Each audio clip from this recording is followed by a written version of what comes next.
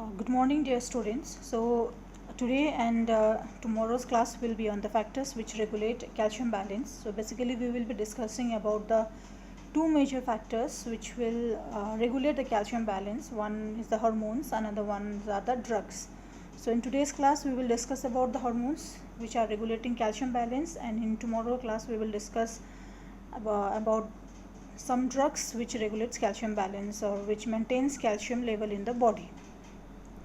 So in today's topic we will be first discussing about calcium, and we will discuss the calcium under the headings of introduction, then what are the physiological actions of calcium, then how the calcium levels are regulated in the body, then what are the different uses of calcium, what are the different preparation of calcium available in the market. And second one is the parathyroid hormone. This hormone regulates the calcium level in the body.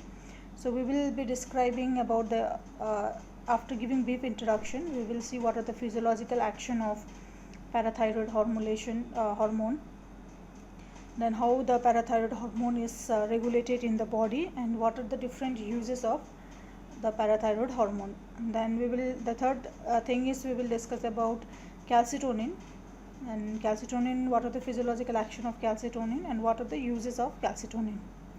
Then finally, the most important is vitamin D.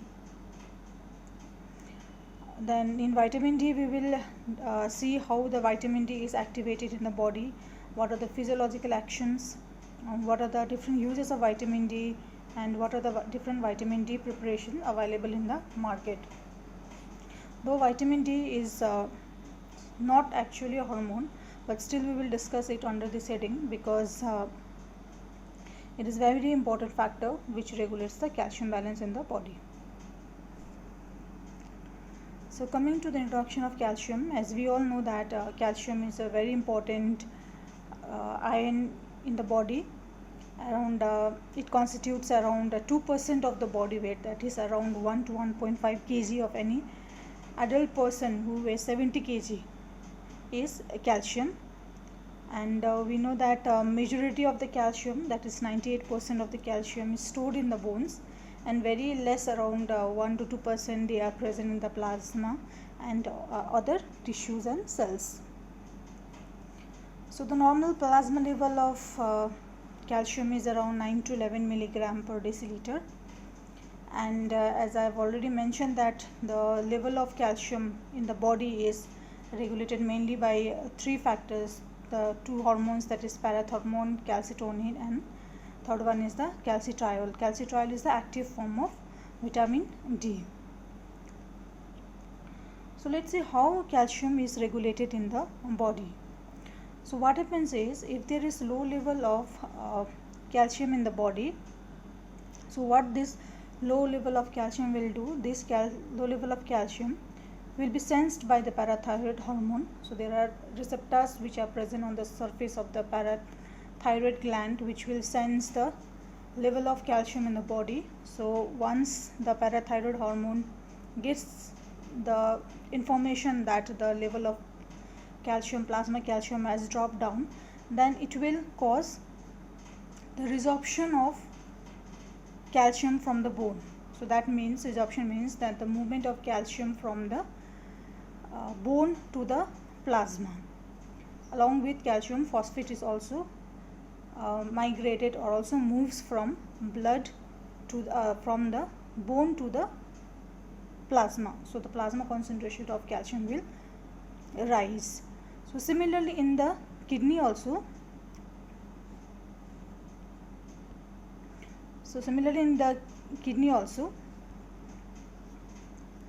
There is tubular reabsorption of calcium. So mainly the calcium is reabsorbed from the tubules and phosphate is excreted. So tubular reabsorption of calcium will occur. Also in kidney there is activation of vitamin D3, that we will read in our after few slides, that alpha 1 hydroxylase present in the kidney will activate the vitamin D, an active form of vitamin D is produced. So vitamin D does not have a direct action on the level of calcium, but it will cause the differentiation of the enterocytes. So the enterocytes will increase the absorption of the calcium along with phosphate. So three things happen. One is parathyroid hormone will cause bone resorption, that is movement of calcium and phosphate will occur from bone to the blood. Second, from kidney there is increased reabsorption of calcium and excretion of phosphate. So in the level of plasma calcium will increase. And third, there is activation of vitamin D3. So active vitamin D3 will produce, that will result in differentiation of enterocytes, and that increase in number of enterocyte will cause increased absorption of calcium. So the amount of calcium will increase. If there is increased level of calcium in the body, that will cause negative feedback on the parathyroid hormone. So when then the parathyroid hormone release will decrease, and so no further reabsorption and absorption of calcium will occur. Similarly, vitamin D3 also has a negative feedback on the parathyroid hormone. So if there is hypercalcemia, so that will inhibit parathyroid hormone release, and if there is hypervitaminosis, that will also decrease the release of parathyroid hormone. Okay, so blood calcium level will fall. So increased blood calcium level will stimulate parathyroid hormone to increase plasma calcium level, and increase plasma calcium will cause negative feedback on parathyroid hormone and decreased release of parathyroid hormone and decreased absorption and resorption of calcium. So this is what I am talking about. So when there is decreased level of calcium in the body, so parathyroid hormone will be released from the parathyroid gland. Okay, so this will cause absorption of calcium and phosphorus, resorption of calcium and phosphorus from bone. So there will be increased level of calcium in the blood. Also the kidney will secrete alpha hydroxylase, as well as it causes increased calcium resorption and increased phosphate excretion. So there will be retention of calcium and excretion of phosphate. So decreased phosphate level as well as increase in serum calcium level. Also, this 1-alpha hydroxylase will convert 25-hydroxy vitamin D3 to active form of vitamin D3, that is 1,25-dihydroxy vitamin D, which is also known as calcitriol. Okay, and which causes absorption of calcium and phosphorus from intestine. Okay. So let's see what are the different physiological role of calcium. So you have already read in your physiology classes also about the different role of calcium. So we know that it is important for excitation, contraction, coupling in different muscles. It is also responsible for excitation, contraction, release of secretion from different glands. Right? It is also important for the transmission of nerve impulse. It is also important for the release of different hormones and autocoids. It is very important in wound healing. It is a very important component of the blood coagulation cascade. Right? And it is also very important for cellular metabolism. And bone structure, we have read how it is responsible for maintaining the bone structure, and we will read it in next few slides also how it is important to maintain the bone structure. So these are the different physiological role of calcium in the body. So let's see about the pharmacokinetic profile of calcium. So calcium is absorbed from entire stomach, intestine, including the duodenum. Okay, but this is facilitated transport of calcium occurs, and that is this facilitated transport is because it is mediated by carrier. It is a carrier mediated active transport, and it is influenced by vitamin D. Okay. So there are various factors like phytates, phosphates, tetracycline, which forms which chelates calcium, and it prevents the absorption of calcium from the intestine. Okay, so if you take substances containing various phytate, phosphate, or you take tetracycline, which is a antimicrobial drug, so antibacterial drug, so that will reduce the absorption of calcium. Glucocorticoid and phenytoin also reduce calcium absorption. So these are different drug interactions. Okay, tetracycline, glucocorticoid and phenytoin should not be prescribed along with calcium. So one factor is that acidosis favors ionization.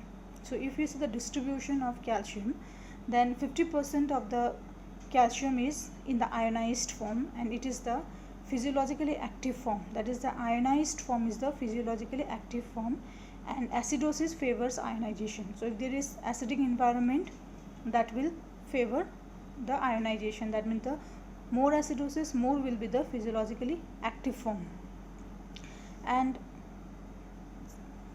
vice versa, alkalosis will disfavor ionization. So more the body pH, less will be the ionization and less will be the active form of calcium. So there is a condition, hyperventilation. So when there is hyperventilation, there is increase in the pH of the blood. That means there is more alkalization will occur, and because of that, the active form of physiological active form of calcium will decrease in the body. So that may result in hypocalcemia, and which may be seen in the form of tetany or laryngospasm. So this is important in case of the pharmacokinetics of calcium. Now coming to distribution, so I told only 50% of the calcium is in ionized form, which is the physiologically active form. Okay, 40% is bound to plasma albumin, so it has a high plasma protein binding, around 40%, and 10% are bound to either citrate, carbonate and phosphate. So when there is hypoalbuminemia, that means when the concentration of plasma protein like albumin decreases, so the free form of calcium will increase. So even if the body is having hypocalcemia, is having lower level of calcium, but still the blood concentration of calcium will remain normal in case of hypoalbuminemia, because there is no plasma protein to bind to the calcium. The free form of calcium will increase. Okay, so if there is hypocalcemia in the body also, the plasma calcium level will be normal in case of hypoalbuminemia, okay, which occurs in various renal diseases. So excretion, it is filtered to the glomerulus, but it is mostly reabsorbed. So it is reabsorbed with the help of vitamin D3. Okay, so that maintains the level of calcium in the body. So vitamin D increases and calcitonin decreases the reabsorption in the proximal tubule, and parathyroid increases the distal tubular reabsorption. So basically parathyroid hormone and vitamin D3 causes reabsorption, whereas calcitonin causes excretion of calcium from the body. Come to storage. The primary site of storage is bone. So 98% of the calcium is in the bone. So around 1000 grams are present in the bone. Some of them are stored within the cells like endoplasmic reticulum and mitochondria to carry out other physiological actions. So basically bone is produced by osteoblasts. So we know there are three types of cells. One is osteoblast, another one is osteocyte, and another one is osteoclast. So osteoblast is the bone forming cell. Okay, so they form bone. So they produce collagen, over which the mineralization occurs. Mineralization means there is deposition of calcium and phosphate. So together they are known as hydroxyapatite crucial, right, in the bone. And then osteoclast is responsible for causing demineralization or breaking down of the bone. Okay. So osteoclast secrete acid, which causes the release of calcium and phosphate into the bloodstream. So that means that is resorption of bone. And there is a constant exchange of calcium between bone and blood. So for normal remodeling of bone, the osteoclast and the osteoblast, they should work in union to produce a proper remodeling of bone. So what are the different calcium requirement? So adults should take around 500 milligram per day, children should take around 1200 milligram per day, and for pregnancy and lactation the daily allowance, recommended daily allowance is more, that is around 1500 milligram per day. So what are the uses of calcium? So calcium supplements should be given in patients who are suffering from hypocalcemia. So one of the most common sign or symptoms of hypocalcemia is tetany. Okay, so what is tetany? So it is because of low level of calcium in the body, which is characterized by spasm of the hands and feet, okay, spasm of the larynx, and overactive neurological reflexes. So there is carpopedal spasms. Okay, so that picture you can see, this is a carpopedal spasm in tetany. Okay, there is a spasm of larynx, and then the neurological reflexes are hyperactive. So treatment, so this is emergency condition, so it should be treated very promptly.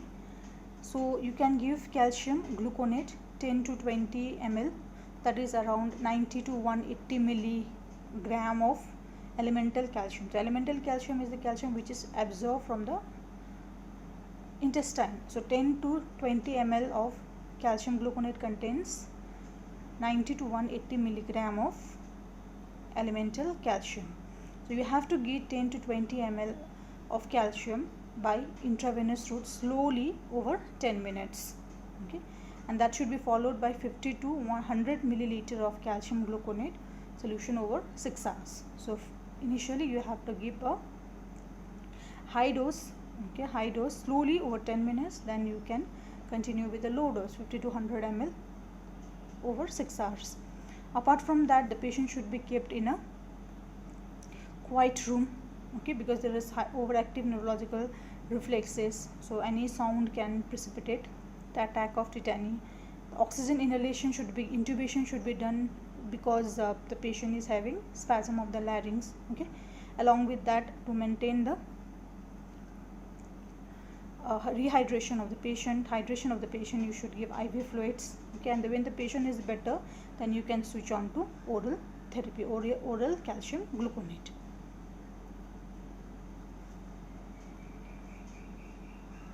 So what are the uses? Other uses of calcium is as a dietary supplement. Okay, so in dietary supplement we can give calcium. The RDA I have already mentioned what are the different RDAs. Then it is used in osteoporosis, okay, mainly in postmenopausal women or in senile men, okay, who are more prone to fractures and who have low bone density. So you have to give calcium, vitamin D3 as an adjuvant to other drugs, like we will read in tomorrow classes what are different drugs, like alendronate, okay, and selective estrogen receptor modulator like raloxifene. So you have to give in adjuvant. So it is seen that when vitamin D and calcium are given alone, they do not have much effect on the bone mineral density or the bone density, and do not decrease the risk of fractures. Okay, so studies are there. So if you just take vitamin D and calcium, they are not going to have any